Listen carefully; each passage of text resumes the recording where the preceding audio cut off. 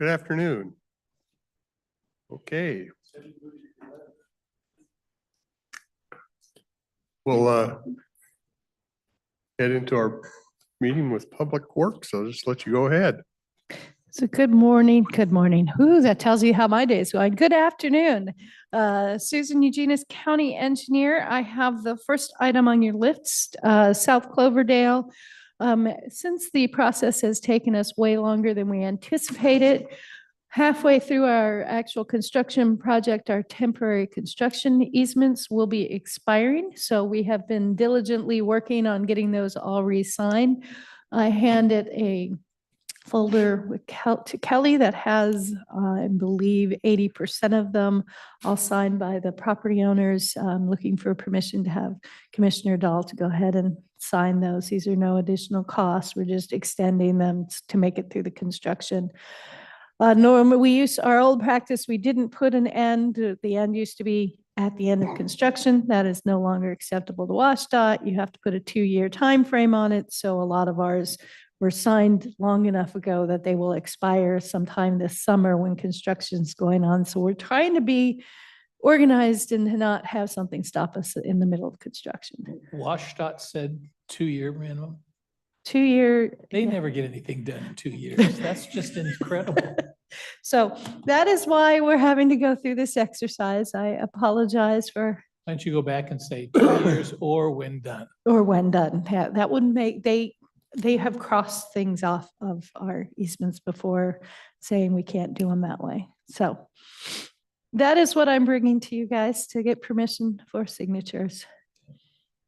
You know, this is completely inappropriate, but many years ago, when a new general manager came in the company, there was this one program that he was very concerned about, and he should have been.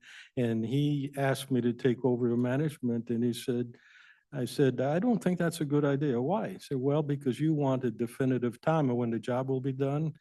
I think it'll be done when it gets done, and I don't think you can live with that. Kind of. I didn't get the sad job. thing is that the folks who came up with that stupid, insane rule, their bosses all were overwhelmingly reelected. So what can you do? Yeah.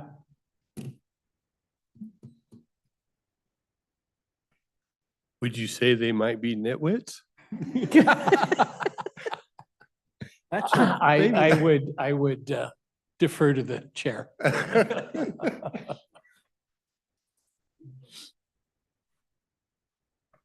So I'm fine with that. Okay, I should say, I'm not fine with it, but it should be. Thank you. Okay.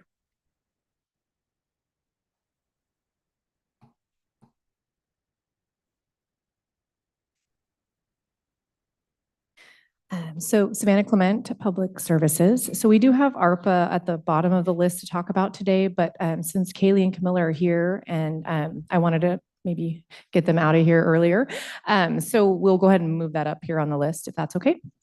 So discussing ARPA funds. No, there's no way we can keep him here until 5:30 or 6 today. I mean, that's not a possibility. it might be somebody's last day, so yeah, uncomfortable. So we had come last week and with the auditor's office and made some requests to allocate the additional leftover funding to our outstanding public works projects that have gone up in price. I think we've been here a few different times going over those projects with the board, but made a formal request last week. And I believe at that time, the decision was made to wait until Commissioner Mortensen had returned and kind of do it all over again. So we're just here to talk a little bit about those projects. Yeah. The remaining money. Oh, go ahead. We did give them authority to allocate them, but we wanted final decision when Commissioner Mortensen had a chance to come back and review it. So I don't know if you've had a chance to review it, given you look a little surprised, but there are no new projects coming forward from Public Works. And I believe that Camilla handed out the most recent ARPA remaining funds. You can see that. 620,000 approximately would be remaining based off of the updated figures that the auditor's office provided. And that's what you'd like to allocate now That is correct. to outstanding projects. Correct. Projects that are already in place. Okay, because there are two meanings to outstanding. To have standing or outstanding? To outstanding. Okay, to outstanding. Okay, I'll let They're Susan. outstanding I projects. see what you're saying. I'll let Susan explain that a little bit too. Do you want me to pass that out? Sorry, I did kind of throw this at Susan last minute, so, and you guys. Okay, sorry, I'm not as organized as I usually am, so I apologize. It's been a busy morning. So as we discussed several weeks ago, actually, it's probably a month ago, with my costs going up, and I went through, because you had questions about how many people the project served and things of that nature. So I went through and did a little looking at that, and what I was going to recommend, and my analysis is off by a little bit because we reallocated a couple, so, but that we allocate the remaining funds as a split through our projects that serve the existing customers. So we have the Tootle pressure zone or Tootle pump stations. It's been called both. We have Riderwood, and then we have the Camelot Loss System. Now, Riderwood is not a mandated project, but it's that drought resiliency project. And the original, the current estimate for the Riderwood is a 2.6 million. Our original ARPA was 900,000 with 1,000 from USDA rural. That was congressionally directed funds. So that takes us to, excuse me, a 700, just over 700,000 local match. Then the Tootle pump stations, it serves 24 connections, and it opens up additional locations, but these locations all currently do not meet the required pressure at the meter. So this is a required project from Department of Health that we do. And then the other is the Camelot Loss System, which serves 300, no, sorry, my eyes drifted, 51 connections, existing connections. And that project went up by a lot. So my request was going to be spread the remaining money over those projects. We would still have local match for all of them. We just split it by thirds. And then I would go back and work on the Shadow Mountain to see what I could do with the money that I have available for Shadow Mountain. Which project is the one that public health says we must do? The pressure zone, because the water. Number 3, that's the Shadow Mountain one? No, that is the number 1, the Tootle water pump Oh, the Tootle stations. water pump station. That is a pressure zone. You're required to have 35 PSI at the meter, and 24 of our connections do not have that at the meter. It's not at the house, it's at the meter. It's a minimum pressure to prevent backflow into the system. So that is a requirement, and we have 24 meters on those 2 locations that do not have that currently. Excuse me. And then the Riderwood emergency, we've all discussed on their issues, and I didn't give you a number of connections for that. It looks like I have written down about 300 connections that of all the projects serves the most besides the Tootle wastewater treatment plant, that one is the one that's coming in close to on budget because we stripped an item on there that we didn't think we'd be able to get in the timeline. That serves, sorry, my eye drifted. That serves 400, which is approximately half of our sewer connections. But that project, I'm in good shape with that one. So I was looking at the other 3 projects as the ones to split the remaining. So Susan, on the Shadow Mountain project, one of the cost drivers was the decision to go ahead with the reservoir. Yes. Does that help with the pressure zones? It's in the same system, or are they not connected? It's not connected to. It's not connected. It's on the same system, but it will not benefit so one of the locations is near is it a Chevron station, Mike, on Tower Road? So as you head up Spirit Lake Highway, the intersection with Tower Road, there's a gas station right there. And then there's a reservoir. So currently, the people just south of the Tower Road and along Tower Road are served by the system before it is pumped up to reach the next reservoir. And so their pressure is low. So what this project does, it would back serve those customers that are low off of that reservoir that sits up there then, and have additional pressure. The other low spot is on South Silver Lake Road. We have a few customers out there who are also low, and that one is actually installing a pump station to serve those existing customers. And then the other is a back off of the existing pump that we already have.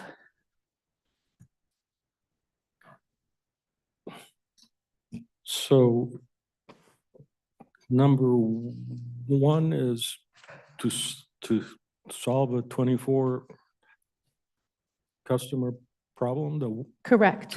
2.4 million. Yes.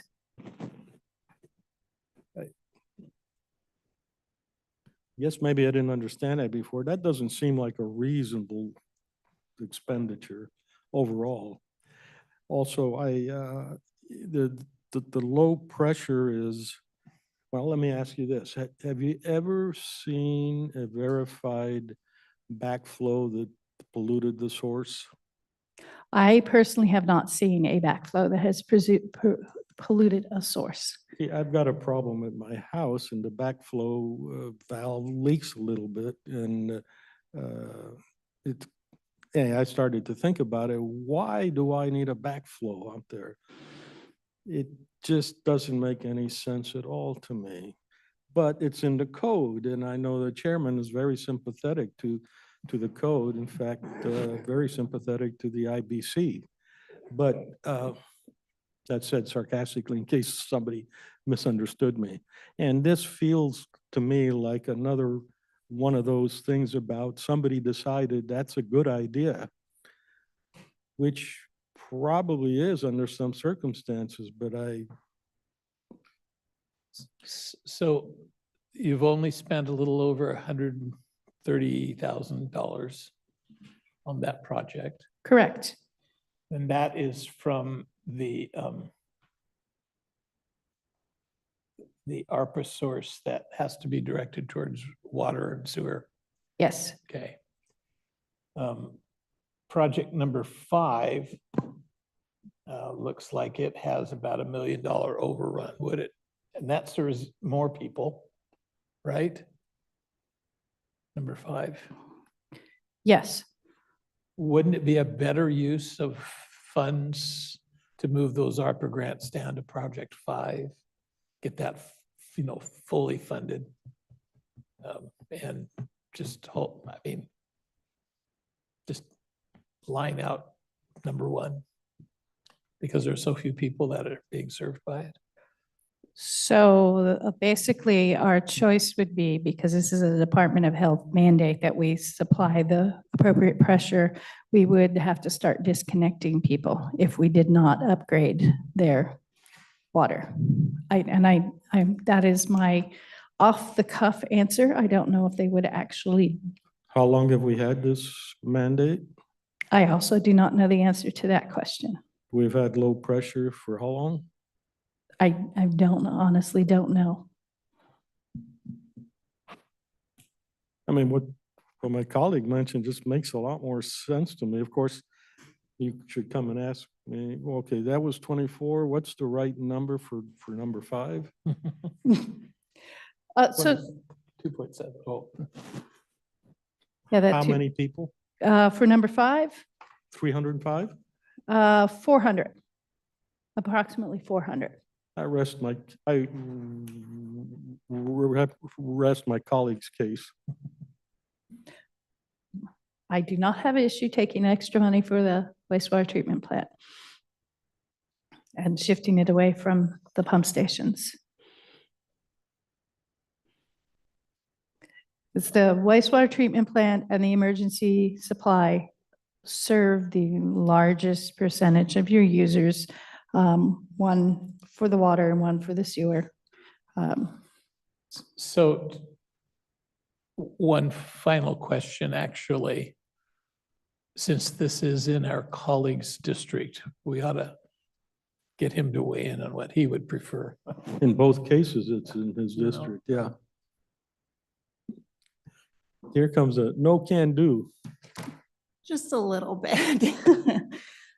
So, I mean, just as a reminder, all of these. And you are Kaylee McKay. Sorry, I apologize. Kaylee McKay, Comptroller for the Cowlitz County Auditor's Office.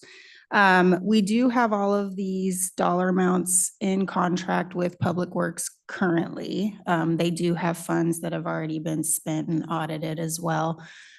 So it would be a bit of a process to roll that back. However, we do have the remaining amount that we could put towards the wastewater treatment plant. That's Project 5. I'm fairly familiar with the folks who are in charge of the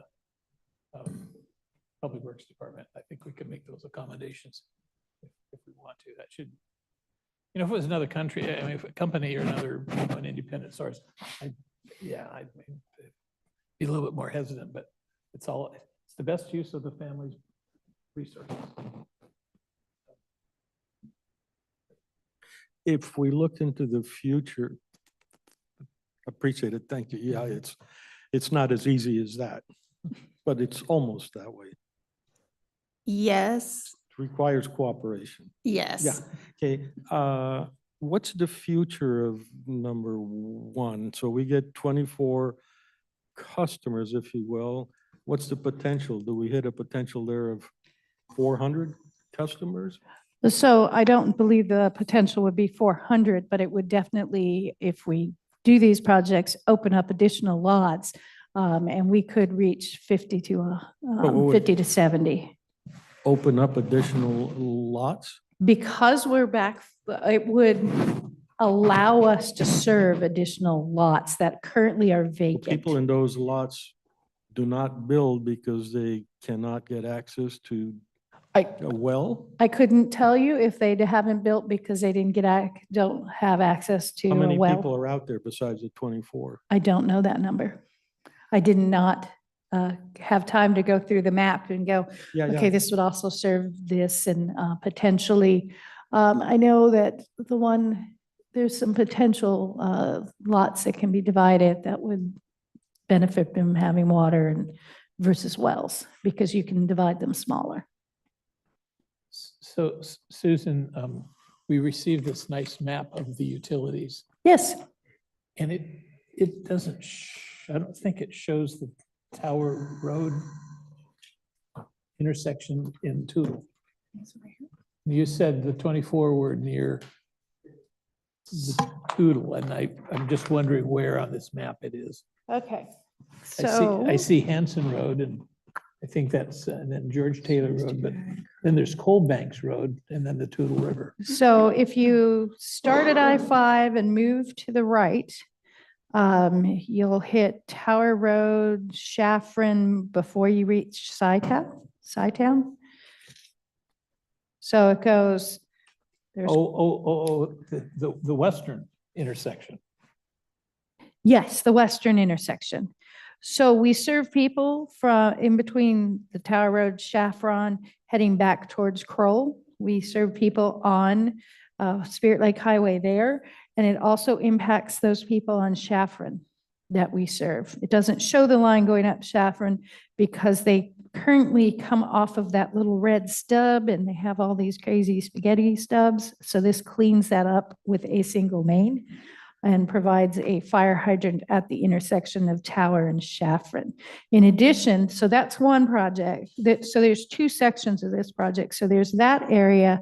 And then if you continue out to keep heading east, And you can, what jumps out at me is Juanita Way and Rink Road. So south of Spirit Lake Highway, before you reach Carnine, you see the few red lines that go south. The pump station is actually going to sit right adjacent to Juanita Way. And it will serve all of those existing customers south of that location. Now, in the future, somebody can use that pump station to continue water service down South Silver Lake Road, which is what the main road is.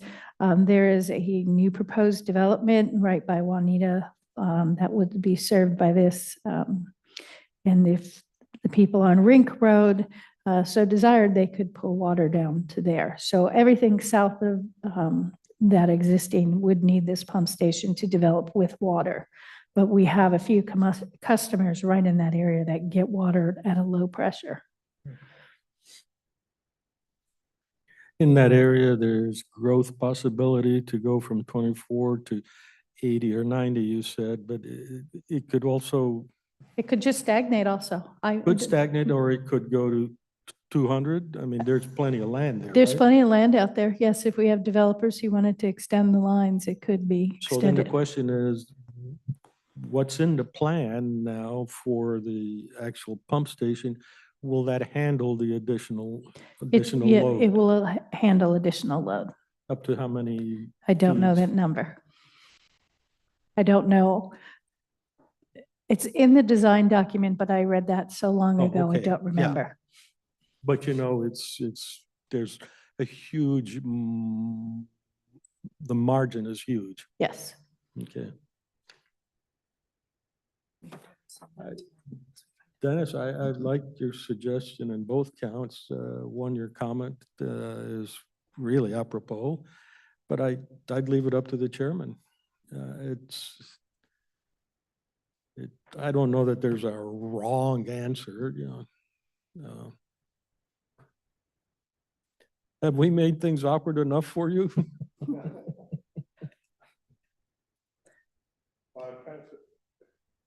Yeah, I don't disagree with what you're talking about. If we're only talking 24, I don't know what the future is out there. It's kind of the chicken and the egg type of thing. You're not going to have the growth unless you have the infrastructure to Yes. support it.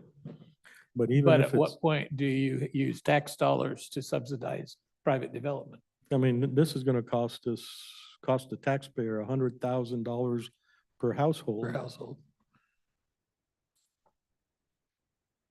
No, I figured that out for you because I knew you'd ask. So yeah, just over 100, like 130,000. Yeah, and so you're looking at that and thinking, it better have a growth factor in there, and what would be a reasonable number? Dennis, do you know what the number might have been from your time in Longview? Right. Like, would we pay $20,000 up front for, I think we would. Tip. Well, with the city, back in the day, the developers would be paying for those costs to connect up to the main.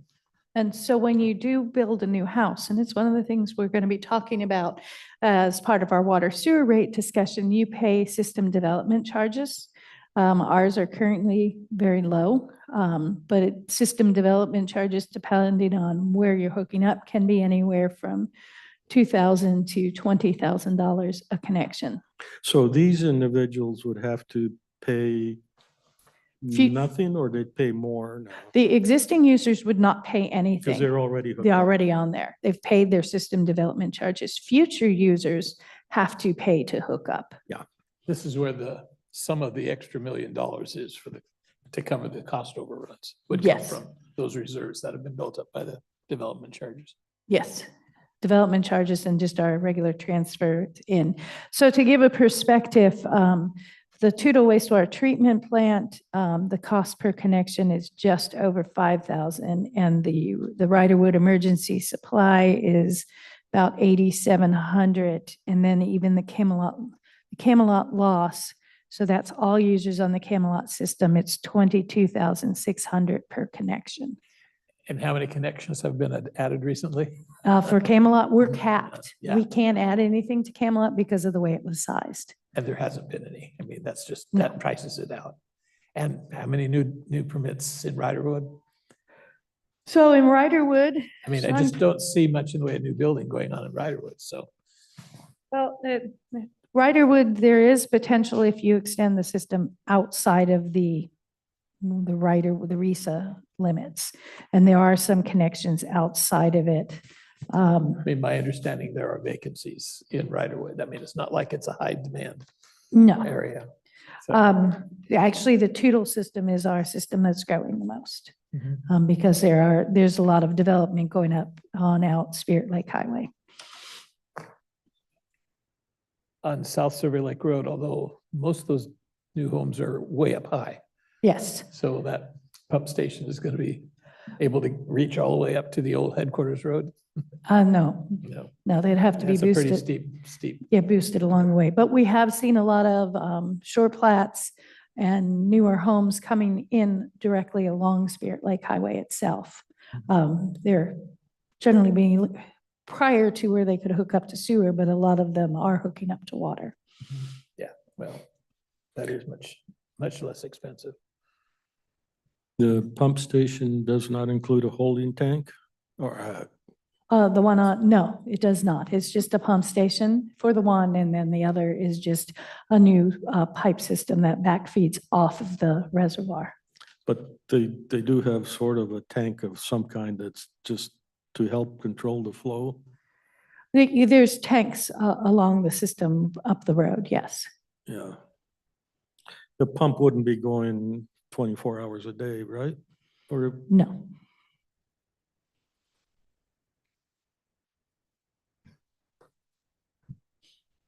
Do you know when this was initially awarded? I'm surprised this conversation didn't happen back then. I recall, and correct me if I'm wrong, I feel like we may have looked at it opposite. When we first awarded it, it was gonna cost the 24 users more money to do this. And I'm throwing numbers out there, it's not my area, $2.4 million project for 24 users as opposed to a 2 million project for 300 users. So I think we looked at it that way when we first awarded it, but it's been 2 years ago, around 2 years. Yeah, at least. At least, yeah. These were some of the first ones that we Yeah. worked on.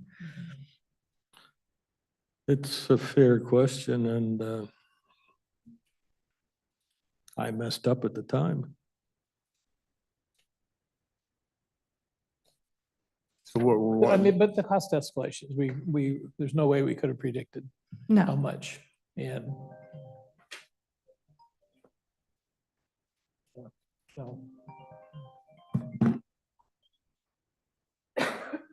so what we're requesting to do is divert that money to this other project is what we're, so what we were asking was the unallocated, the 600,000 that we currently have that is not marked for a project to be directed to one or more of the existing public works projects.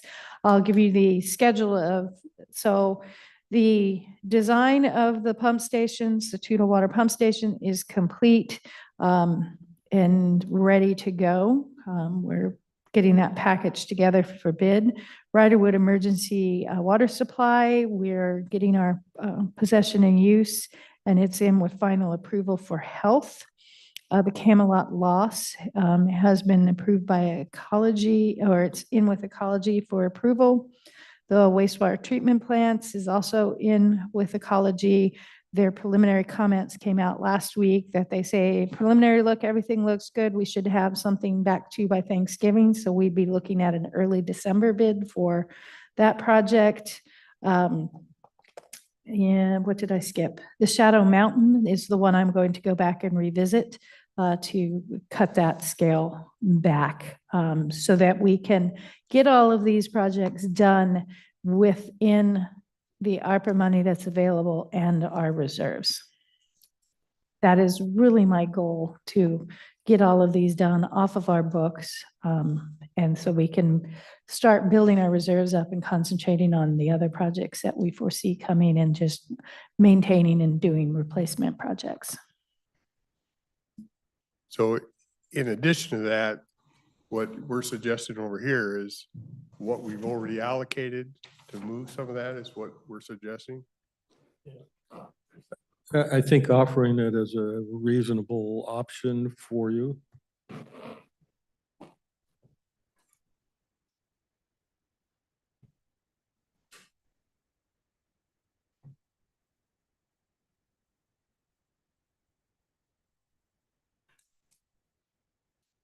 Well, personally, I don't have any issue with the unallocated, although did we not talk about two small projects too?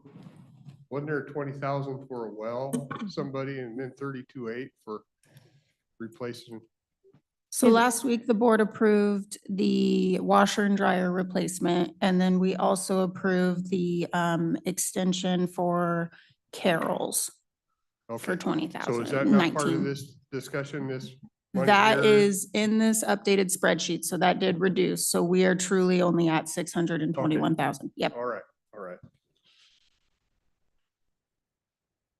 Well, I'm totally comfortable taking the money that's unallocated and putting it there. I guess. Putting I'd it like a little more there. History on how we did the other. I mean, it makes sense. You're talking 400 people versus 24. Those 24 will be in. Hopefully they'll be in before the end of the year. Good point. But And does it affect the city of Castle Rock at all? Because is this water coming from them? This is the water we purchased from Castle Rock, correct? So, Do they see some development plans out there or something? I mean, not that I know of. This is would be all in the county okay. area. So this is just purely county jurisdiction. Well, from a financial sense, it's pretty much a no-brainer. From the personal side, I'm not quite sure how it affects these people so much, but So the $1 million, 1,050,000 in local dollars Mhm. combined with the other expenditures we're on the hook for. That's going to really tap the well, isn't it? Well, that's not the right. Yes. It's going to tap the account. Count the account. Let me find that other piece of paper that I had those notes on. I'm so sorry. I hate being this scattered in front of you guys. This is- Kaylee, what I'm hearing from you is to move this 1,350,000 to another deal that's doable, but it's not an easy thing. Not We're not sure. necessary. I mean, we have the MOUs in place. We can change the MOUs. That just means we're gonna have to get them done, passed through legal, signed. Because they have to be done by the end They're of gonna have this to year, be, right? yep. Yeah. So we can do it. We're really pushing our timeline is my only concern. Okay. So our current reserve number is about 4.6 million. So that was why we were coming forward to ask for the additional ARPA money so that we didn't spend that all the way down and we were still able to get the projects done with some scaled back version of Shadow Mountain. And then leave some money in our reserves. That was the intent because coming up, the big one that we have coming up that we know we're going to have to do is some work out at Woodbrook. And because their plant is past end of life and their lines need to be addressed. There are currently 99 users in Woodbrook. So that is, once these projects are done, that is really our next big focus. We are working on the alternatives analysis right now for that because this is another ecology issue because the way the plant is, it just doesn't work well.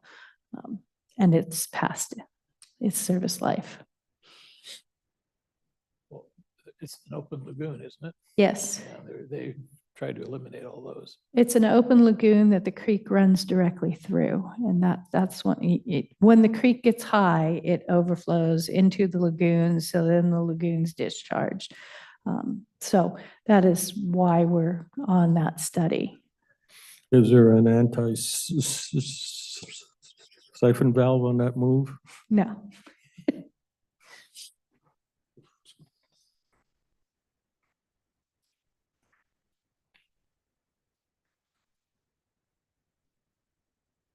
So Kaylee, just from an ARPA standpoint, are we seeking an approval to allocate the funds? Do they have to be for a specific project, or should we come back and make those recommendations at another day? What's best for you guys?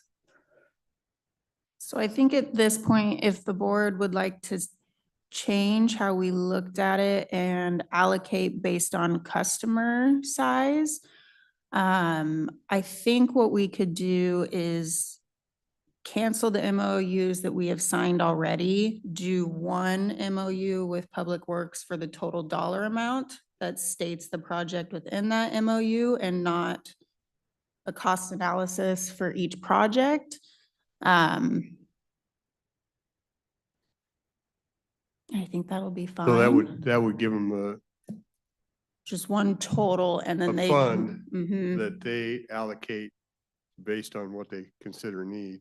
Yes, I do think that to be on the safe side with the SAO, we should still, if we can get that MOU in place for total dollar amount, still shoot to have the project and what is going to be allocated before the end of the year, but the MOU is done and signed. But then just to be safe, if we can get that piece done before year end, I think that would be a good, safe move. Okay. These 24 homes, you may not know the answer to this too. Was this always an issue for them? Did they move up there and know they had? I don't know. I will have to go find the design report and pull Cause I it bought out. a place one time, said try it, Lake Creek, and you always had trouble getting a well, and I knew that you weren't getting 100 gallons a minute type thing. So I built a reservoir to hold, so it always had a chance, and if they knew they were in this position, then a little less concern, Mhm. because they probably learned how to adapt. Although, if you buy a home that's on an existing system, you assume it's going to work, right? I mean, yeah. So.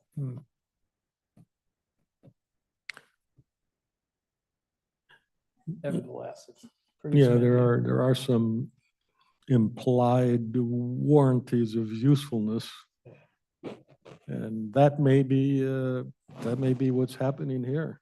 So if we're able to do this, Kaylee, and do one MOU and it says we take these projects, we allocate this dollar amount and they are able to use that funds based on what they consider need. It doesn't mean that this project necessarily goes away. If information comes down the road, it can be directed there.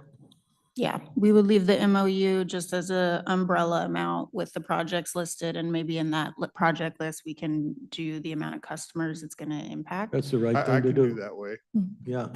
Okay. Good, yeah. And we can come back on, research some of these questions. I had written down a few of them and kind of give an update the next time that we do our workshop. I know that won't be next week, but the week following. In the meantime, we can work on those MOUs as well. Yeah. And I actually think I kind of like this better because you said this has been on here for 2 years. Well, things change over time and just like we see on roads, sometimes they pop up as a priority when they weren't before. So it gives you the ability to react. So I think I'm actually pretty comfortable with that. Yeah.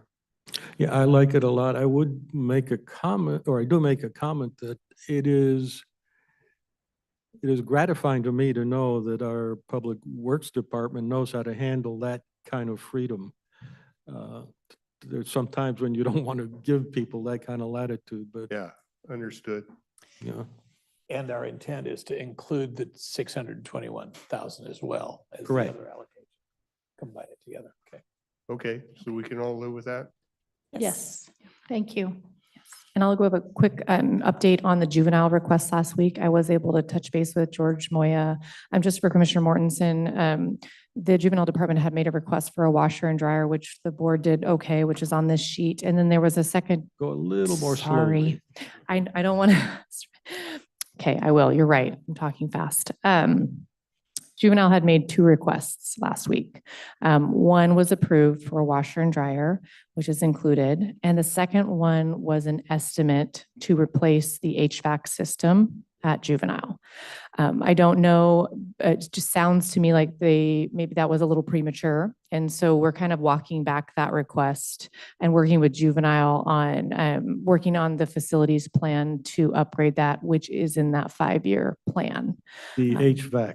The HVAC, yes, that's correct. So I did let them know, both George and Judge Hahn, that if they wanted to make a request to bump that up, it's scheduled right now for 2027 for several reasons. One of them being we would like to replace the roof first because it's actively leaking, then do the HVAC, but that's also pushed out. I think we'll have to make a decision, and I don't know if you'd like the new board to make, help make that decision on whether or not we bump that up a couple of years. And by that, I mean both the roof replacement and the HVAC replacement. So not necessarily ARPA related, but it was a conversation that took place during our ARPA requests. So Yeah, I think the roof has been leaking for a while, that is correct. and putting the HVAC on the leaky roof, it's not a good idea. Correct. So that might mean you have to accelerate replacing the roof and decelerate the HVAC. Yes, on both fronts. Yeah. So Yeah, we appreciate that. We were having trouble getting comfortable with that last week or 2 weeks or whenever that was, yeah. Yeah. So that was just a side note. Okay. BPAC update is the next one. Thank you, Thanks, Kaylee and I Camilla. appreciate it. Thank Hey, you. Kaylee, that was an excellent suggestion. Thank you. On the fly. Thank you, yeah. BPAC update is very quick. I don't have a ton of information. I'm not sure if Tracy Jackson, Building and Planning Director, is online, but just an update for the board that we're still collaborating on bringing this team some new private road standards. We're working with Doug Jensen in the PA's office, both Building and Planning and Public Works. We'll be meeting tomorrow at Building and Planning as a team to go through it. And then we hope to host a special meeting for BPAC to go over the results, what we come up with. And so we hope to have a plan to the board obviously before the end of the year. So that was a pretty brief update, but that is moving forward. Any questions on that? Okay. Next, I have the Office of Public Defense move. I believe we were here a couple weeks ago, letting the board know about some active leaks at the annex due to some drainage failures. I believe Mike Moss gave the board an email update that we had additional leaks due to improper installation of those new drains. So we have moved out noxious weeds temporarily because they got the brunt of that water. And unfortunately, it just keeps getting worse as far as water damage. So we're working with a contractor on remediation, and we're working with risk on the claims associated.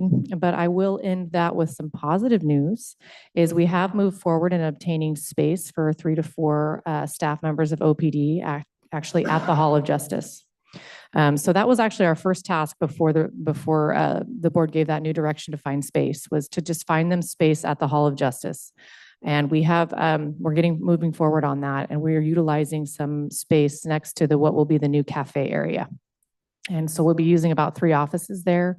There's a public facing office, and then there's 2 additional offices behind there that OPD can actually have a physical space to meet with their clients at the hall, which they currently do not have. In order to accomplish that, we're actually having to relocate another elected officials division, which is Stacy Michaelbus, the clerk. And she's agreed and been very flexible and easy to work with on trying to make this happen with us. And so what I have to ask for today from the board is permission to move forward in purchasing 3 new cubicles office spaces for this relocation for Stacy's team. And so we'll be relocating them to available IT. If you guys recall the open IT training room, if you remember that, it's off the secured hallway. It's a large office space that we can accommodate 4 to 5 people. So we're maximizing on that space, and we need cubicles to move that group there to open up space for OPD. So my request today is, I'm going to probably just give a nice round number of $41,000, which is enough to actually have future growth as well if we needed to move more people in there. But those are all new installed office spaces for that division. And so I'm asking for approval on that. So to get there, you go down the hall past what, the probation office? Is that a? Correct. So if you go down the hallway, take a left into the double locked doors, that's what we call the secure hallway. And it's, I believe, the third door down is what was the old IT training room. IT was really helpful in getting that stuff all moved out. It's not utilized anymore, and moving Stacy's group in. That was a training room before then. So not Correct. just the IT. Right. When you say the clerks group, you're not talking about the whole, No, just the folks that we're displacing that she had in those 3 front-facing offices, just the displaced employees. But it would allow growth for future people if she needed to move more in there. Oh, that's the courthouse facilitator program? That's That being was separate from relocated. her office. It's separate from her office. It was to help people that are trying to be their own lawyers and or I don't even know. translators or something like that. I'm not sure the use of that. I was under the impression it was actually to take payments for certain things. And so I'm not sure that I can answer that. I'm not sure if Stacy's on. She said she'd be listening, but I'm not sure. She is. Here she is. Hi, Tracy. Hey, Good Sam. afternoon, Stacy Michaelvis, County Clerk. Actually, we have our collections department is down there right now. Collections and our archive scanning we have down there, and it does not need to be public facing any longer. So that's why we're willing to give up that space to OPD. We don't need to take payments down there. We can take them upstairs in the office. So we're shifting gears. and this move for OPD is something for the future also. Yes, that's It's correct. not a temporary thing. It's a No. very useful. This will be permanent. Okay. And it's kind of small project A, and then project B is the larger annex move. Gives them a place to meet with clients over at the Hall of Justice. That is correct. Yeah, which I think is valuable. That all sounds pretty good to me. Yeah. I agree. Is it also a place for initial contact for people that need services, and rather than trying to figure out where to find them down the street? Right. they've got initial contact right there. Yes, I think it could be used for that. Another idea that I know we've been discussing is having a place they can print stuff. So right now, because they have no space to make copies or printouts, they actually have to bug someone else from another department or actually go down the road. So I think it'll be helpful on a lot of fronts. But yes, the one-on-one interaction, first interaction will be part of that. Just for my own clarification, I walk in the main entrance, I go through the detector, Mhm. and the hallway you're talking about is a hallway on the left, Yes. which currently is a locked door, right? I believe Stacy would have it locked, but it's a frosted glass door that actually says Cowlitz County Clerk's Office on it. So if you're right though, it's the first hallway. If you head left, it's the first hallway on your right. Right, there's only that one hallway, and then you go over to The PA's the office. PA's office. Yes. Yeah, that door is, I think, controlled now, isn't it, Stacy? When you say control, I don't understand. Right It's now, closed. it's closed. There is someone in there, but it's closed. It's not locked necessarily. Okay, it doesn't seem like it's the kind of thing that somebody would naturally say, oh, I might go in there and find something useful. I will say that the door that's right in front of you in the hallway that is locked, always locked. the one on that we're speaking of that's on the left-hand side, like I said, it is more of like what you would see at the treasurer or assessor's office where it's it's got the etched writing on it and it's more public facing. It's just a frosted glass. And as Stacy mentioned, it's just kept closed. But for our purpose, it will be available and open. She currently keeps her blinds down and keeps the door closed because she doesn't require public access, like I said. So when OPD takes over, it'll actually be a glass front. That Okay. you'll know that they're there. Stacy, thank you for being helpful in this move for OPD. Mhm. We're saving so much money by this move. This is Stacy going to be a gives- win-win for everybody. I think so. Stacy's always been very reasonable. No, thank you. In return, she expects us to be reasonable Right. too. There you go. Are we okay with that? Okay, thank you. Thank you, Thank you. Stacy. And then the last item I have, hopefully I give enough time to water sewer, is the Hall of Justice feasibility proposal, which I did email to the board, but it was only a couple hours ago. The scope of work that's attached to the fee proposal hasn't changed much since I last brought it to the board, which was September. But the fee is most likely the most important part to look at today. When we first, I'll just be transparent, when we first received the fee for this, it was way too high. It was over double what it is now. And we've met several times with them, really working on our scope of work, working on the hours that we would expect to see from their subcontractors, which are actually listed on the third page in. We also volunteered to do a lot of the legwork, and by that I mean the facilitating the meetings with stakeholders, working with the departments on our own, and just passing that feedback on to the architectural group AETA. So we hope that this is, I don't know that comfortable is a great word, but we hope that this is a fee that the board can work with if you're agreeable.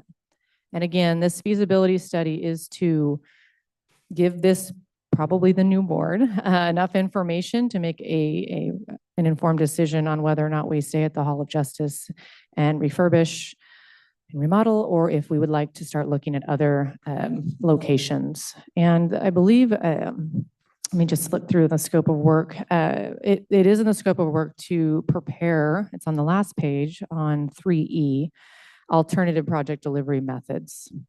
To the board, which does include a build-to-suite or lease-back option and other options that they have listed there. And I know that was important to the board to include. I don't need a yes or a no today. I just wanted to make sure that the board had a copy, both electronic and paper, and that you guys were able to read through it if you had questions for me. And we can go from there. Yeah. It's something you have to do at some point in time when you make a decision what you're going to do there. To get funding, they're going to want to see what you've done. To get buy-in from public for anything, they're going to say, well, if you looked at all alternatives, you spend money on stuff that you don't see. You don't get something physical for it, right? I mean, No. we get a plan and we get some ideas of what we can do, but it's almost a step you almost have to take to get to the end at some point in time. I will say, I thought they did a fine job when they looked at the juvenile center for us on giving us, the options of what you could do with it. So I don't have any issue with their quality of work, at least judging from that. So the original estimate was closer to 130, wasn't it? To say it was like 349 when I got the first one back, which is why I didn't bring it to the board. Second one was about 149 after meeting with them several times. And then the last time that we looked at and said what we could do as a staff, and it got it down to, I would say, I don't even, more reasonable fee.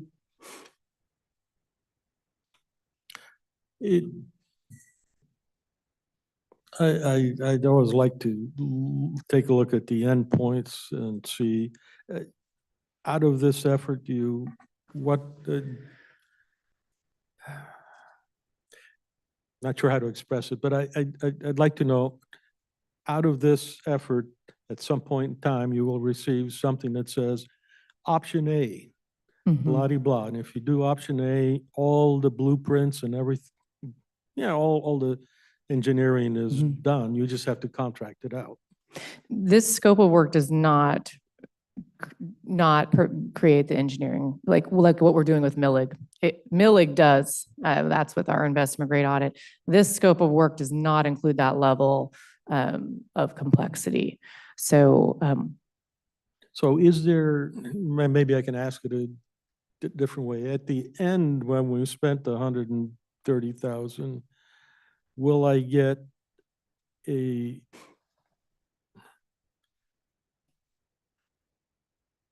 what will I really have bought?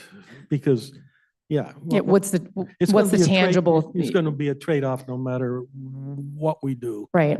What you're going to get, what the board will receive and citizens will receive will be real-time data as far as what the conditions of the hall are, what we're looking at in the near future with population and legislative changes, conditions of the building.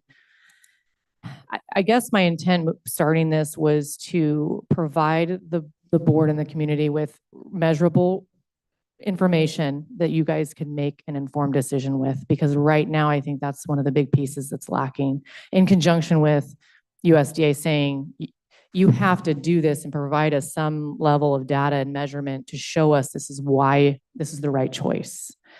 And so all of those combined, and then also as a team, we can do so much providing this level of complexity and detail. I don't know that we would have been able to get it to the board and, in the next year or two. So I think all of those combined just really made this make sense. I think we have a lot of people who tell us we need to move, and I think I understand and respect that. And going to the hall, you see it. But it's nice to have an unbiased feasibility study to provide us that information to say, yes, this is what needs to happen, and here's how much it's going to cost. Or no, you don't need to, here's how much that's going to cost. So we can try to move forward on that building. I'll add, I don't mean to take up too much time, that with this Millig project, we have a lot of decisions that will have to come to the board to either approve or deny. And a lot of that's probably going to hinge on whether we're staying there or not. We're talking about, replacing all the LED light bulbs. We're talking about ceiling tiles. And, if we're not planning on staying in that building, we won't come to we wouldn't come to the board, or we would let the board know this probably isn't going to be cost effective. So I think it's going to drive a lot of our decisions in the next 6 months, if not sooner. Yeah, I'm thinking that we will be staying there quite a bit Longer. quite a bit longer. So I looked at the schedule there, and I'm thinking, what if I use a number of $200 an hour as average Mhm. over all the hours spent, and divide that into 130,000? It's about 99,000, right? Isn't that what their proposal is? That was their proposal, was 99,000. Yes, that's the 99? fee. Yeah. Yes. Okay, so it's that reduces my number to 98,500. 500 hours. Right. That's a lot of hours for, and at the end, I've got to have an answer that I will Mhm. say, I'm really happy I spent $100,000. That the answer is worth that kind of money. Mhm. And I have to admit, when it comes to this kind of stuff, I'm pretty negative on a lot of the studies. I just have never seen them amount to a hill of beans, but and for that, I will defer again to the chairman on what he thinks on it. I know it's a process that is attractive, like the Meng study we did and so Mhm. forth. It's just like we spend money on studies. This will not do anything at all to deal with the complaints that the Superior Court has, for the most part. No, I don't believe it's going to resolve any current complaints in that building as a whole. Yeah. Yeah.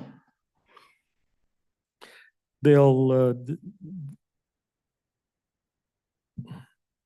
But it will give us a point of direction That's correct. so that we're not exactly kicking the can down But- another year. I yeah, mean, what, it's- what kind of numbers do we expect? Like, I would anticipate they would say, well, we've taken a look at your workstation, say in the clerk's office, and we've got so many workstations, and we know each workstation should use this kind of electrical, the power and so forth, and end up with a number.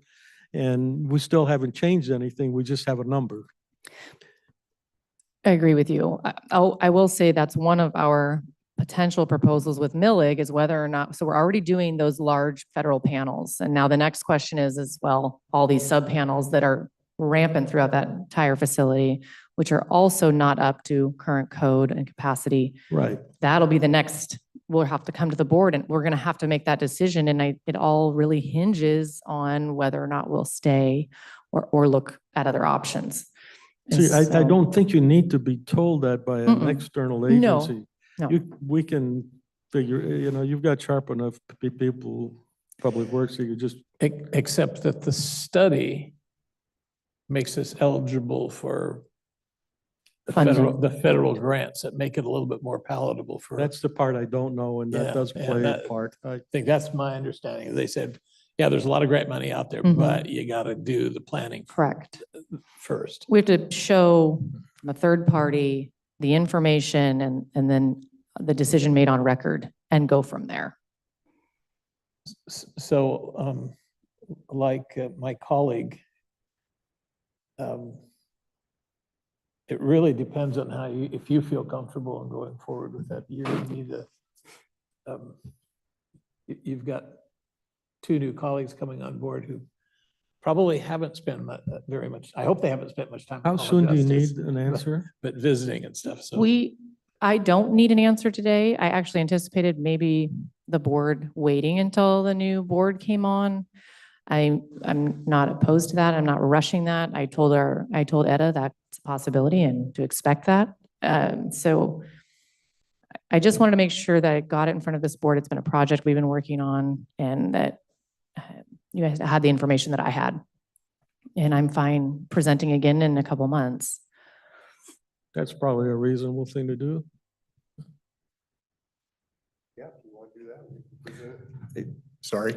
Like I say, I'll defer to you because there's a, I don't have any problem with that. Yeah. We're not going to get anything fixed or funded on this thing in 2 months anyways, right? Right. Mhm. maybe you can start conversation with them beforehand too. We They take a- have, we've okay. done tours with both when they were potential candidates. So that was a great opportunity to give them the look, see. You So, mean when they were candidates? They were potential. commissioners. potential candidates, No, potential commissioners. potential commissioners, I'm sorry, yeah. He's getting as picky as I am. Sometimes. It's contagious now. You watch his speech. If he starts hanging up on words, then you know it's actually more than 6 feet is what you require between them. Should I tell him what I told Commissioner Farrell today? Kelly was on the phone with him getting spelling for his card, says you go by Steven or whatever. And I Yeah. said, you tell him we're just going to write down Stevie, like Stevie Wonder. I said, we're going to separate them. Stevie 1 or Stevie 2. Yeah. Deepak's calling them Steve Squared. That's Steve's. I did take up the rest of the time, and I know that Sean and Susan were prepared to talk about water sewer rates. And I know you guys have a hard meeting at 2:30, so So if she's okay with it, I am. That'll be you heard that, right? Okay. I think that's all we had. What are we talking about now? Well, we have our water sewer rates was our last item, but I know that the board has a scheduled meeting at 2:30, so I didn't know if you wanted us to table that. We're just getting really crunched for dates with the budget approval. So are you okay with us just coming back in a week? They're not here next. I know, but or is that too late to push it because it's Thanksgiving? Yeah, 'cause Okay. then they're not there Wednesday before Thanksgiving either, and then we're adopting them the following week. Okay. So kind of in a crunch. Just to close out of the last, thing, it would be, I think it'd be useful if you'd contact the commissioners-elect and give them some of the paperwork and say, this will be on your desk or on your agenda soon. First meeting. No, I will. That's a great point. Yeah, thank you. Mhm.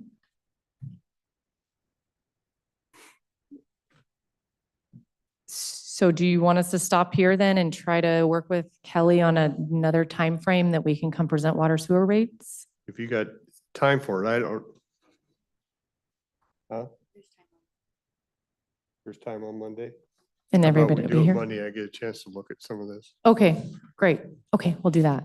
Thank you for being flexible.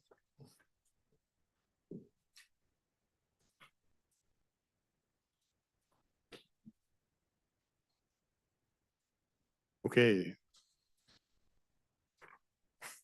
I think that takes care of the agenda, right? Okay, I know we have Board of Equalization that needs to meet, so table that till Monday and we will adjourn. Thank you.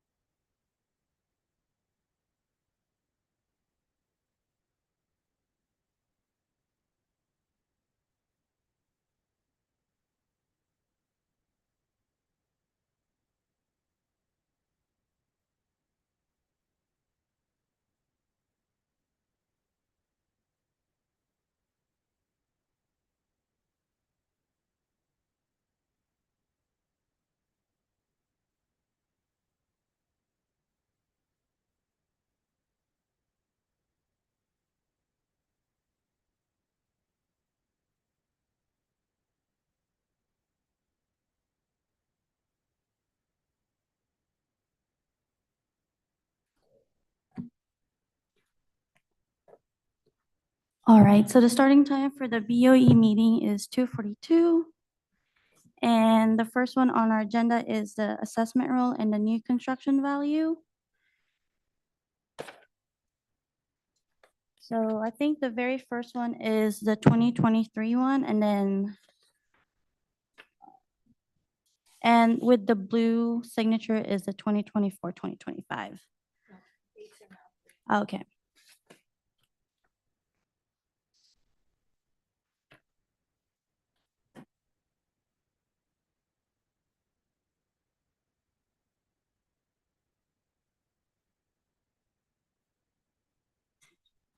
But there's a little bit of a difference from this year and last year, so. But I spoke with the state and apparently all we needed to do is just look at the total assessed value of this year and then compare it to last year, just because there's a lot of properties and I don't think we all could go through all of it. So they just want us to look at the value, and if we have any questions, the assessor's not here. So, but yeah. Do you guys have any questions or? So on the second page is the definition of what the certification for the taxable value is at. So the certificate is for the taxable or the assessed value of all locally assessed real property after reevaluation is complete. And so for the forest land, what we're looking at, it says it shows the assessed value of designated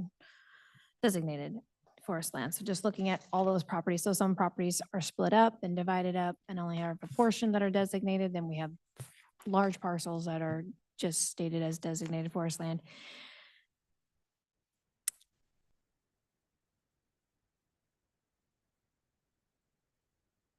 So it looks like October 23, we had 67 million or whatever of forest land. And then now it's down to 72, or went up to 72, excuse me.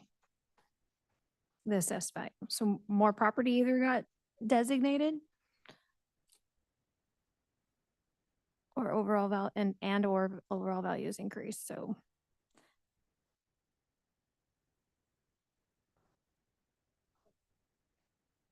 how would we know if the value just went up or if more property was added in that designation? And is that important?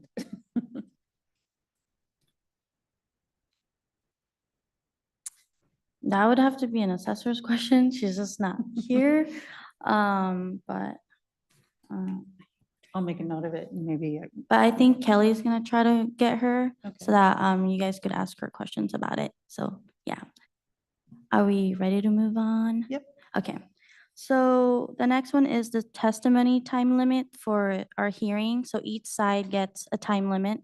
I think last year we had 6 minutes each.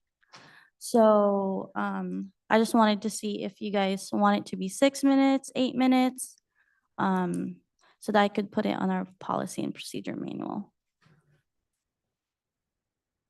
can you tell us how it went last year? Was it suffice, or did you feel like that was? It's more of a guide. We, so the clerk will read it in, the chair will read it in, saying, you know, you have this much time, because we really reinforce that you can't share anything new today per se, you know, without agreement by all parties. And so we just want them to this is the time for them to reinforce the facts that they really want to make sure we are hearing them. Excuse me. And so 6 to 8 minutes, that's why it's kind of always gone back and forth. When we had a lot of hearings, we dropped it down to 6 minutes because we reminded them also that we have already reviewed all of their case. And so I think with the number that we have this year, and also I think it'd be a good opportunity for you guys, for our newer board, to be able to ask maybe some additional questions and go ahead and give it 8 minutes per side. And especially since we do have fewer cases. Sounds good. All right, so 8 minutes? Okay, sounds good. And then the last one is, well, not the last one, but I just wanted to give you guys a layout of what the hearings is like. I guess the schedule. A lot of them are getting stipulated and some of them are, I just got two notifications today that there's two that are getting stipulated. So once they're finalized, I'll update. And so we shouldn't really have a lot, but yeah.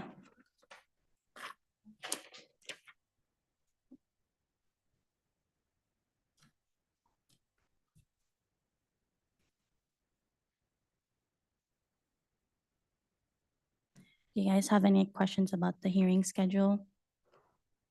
No, that looks good. And then will you just continue as time goes through? Can you just keep on updating us on this? Yeah, yeah, so the ones that were like stipulation in progress, I put them in the very last time slot of the day so that if they're finalized, we'll just have a shorter day. Yeah, that's And I perfect. also just tried to group it by appraiser Mhm. so that they don't have to go back and forth and it's just a lot of,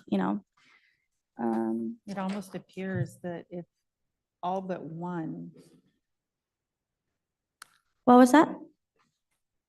it looks like only, there's one that isn't stipulated or withdrawn, and the rest are withdrawn or stipulated. So would it be that we would maybe only end up with one? Which Right. date is that? It's on the 9th. Well, and look at the morning time from 9 to 10:30. Oh, am I looking at, I'm Yeah. looking at it wrong. Okay. I see. Yeah. The red threw me off. Oh, okay. Yeah, so it's in the brackets there. Yeah, the time brackets, time slots. So, Yeah. I see that now. But it's looking good so far, so yeah.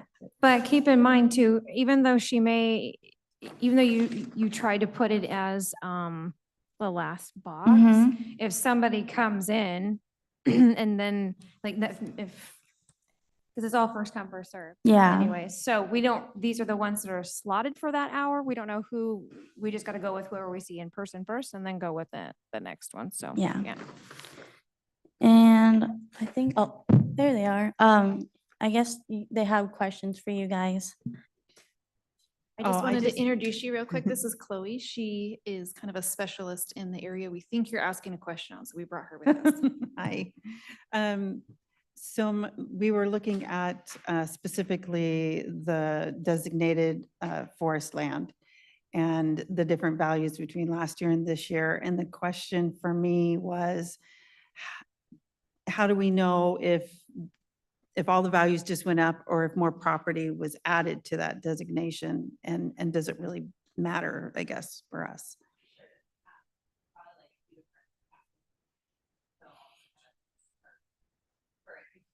Okay. So the designated forest land values are set by the state. I believe the statute is RCW 8433-091. So throughout the year, Department of Revenue takes in data from harvest sales, and then they designate like stumpage values that also coincide with the DNR soil map. And so we have what's called a timber grading layer on our map where we can actually measure the different timber grades across a property, and then we make the tax roll reflect that. Okay. And then in our administrative program, that data from the state goes into what's called a productivity value, and that is, set to calculated. So if, say, one particular timber designation for like Douglas fir, state tells us it's 180 an acre, we put that data into our program, and then it calculates it based off of the number of acres that we have assigned to that particular timber grade. And in any given tax parcel, there could be multiple different timber grades. So that's the productivity end of things. And then we also have a market value panel in our software where historically, I think we've always just set it to match the productivity value. I know that we're in the process of establishing and carrying current market value on the roll as well. It's not something that we're legally required to do, but it is helpful, particularly when we're calculating, say, estimates of compensating tax if people are looking to remove any particular amount of acreage from the program. That way the value is just already set in there and we can run our calculation faster. So likely over the last couple of years, some properties have seen us begin, I should say, to carry a current market value. So there would have been a drastic difference on the market side of things. But in our annual notice of value, we have fields for market and then, the classified taxable value. And then we did note that on the notice as well, that the taxable value is still being assessed according to RCW. And then I think there's also been a number of accounts where we've come across where for whatever reason, that productivity value was set to flat. And so it didn't keep up with even state values. So I think this year in particular, maybe last year as well, I probably looked at thousands of accounts and just made sure that everything was correct. So there's probably a few different scenarios in which property owners could have seen market value increase of their forest land, but their taxable value is still correct. Okay. Let me figure out how to word this. For forested property that wasn't in designated forest land, what's the process? I mean, I assume that sometimes people turn around and put it into that designation when it hasn't been there. Is that something you see very often, or? Yeah, we probably get about a dozen applications for designated forest land a year. Okay. And so at the time of application, they, complete said application, they submit a timber management plan that's prepared by a forester, pay the fee. We review that, and then let's say, we can approve the application. We would then look to our map to that timber grade layer to measure out all the different areas. And then we make that change on the tax roll. So it's a matter of applying productivity, using specific terms of the program, setting in, what that soil code is that we call it. So that way it calculates the new per acre taxable value, and that's maintained in its own field. And then again, on the market side of things, we either have it match productivity or, kind of on one-on-one situations as appraisers review accounts and everything. I believe they're also carrying or establishing and carrying a market value, which would be similar to how they would value any other unclassified property.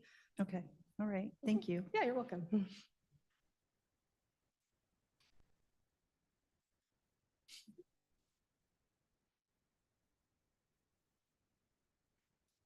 Thank you. Yep, thank you.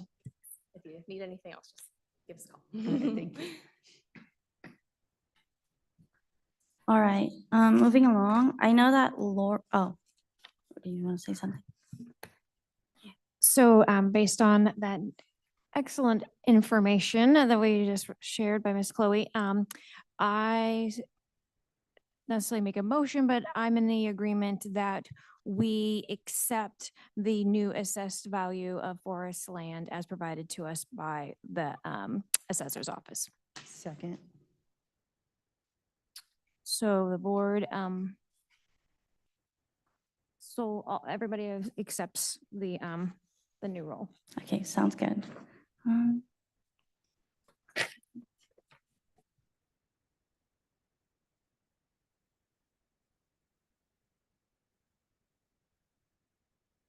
All right, so the very last thing is that I think Laura wanted to look over the board speech. Was there something you'd like to change, or?